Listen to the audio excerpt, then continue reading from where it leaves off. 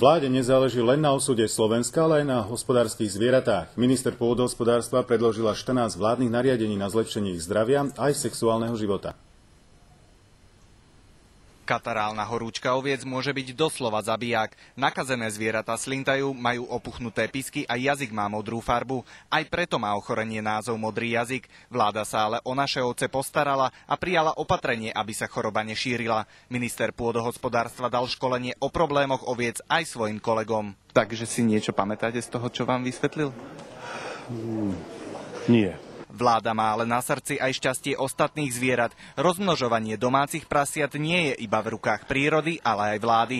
Prijala opatrenie o požiadavkách na zdravie pri premiestňovaní spermy domácich ošípaných, ktoré sa získavajú od prasacích kancov. On počas toho aktívneho života odovzdáva tie dávky sa mrazia. Sperma sa používa na umelé oplodňovanie špeciálnymi pomôckami. A kým doteraz z toho prasatá pôžitok nemali, dnes je to inak.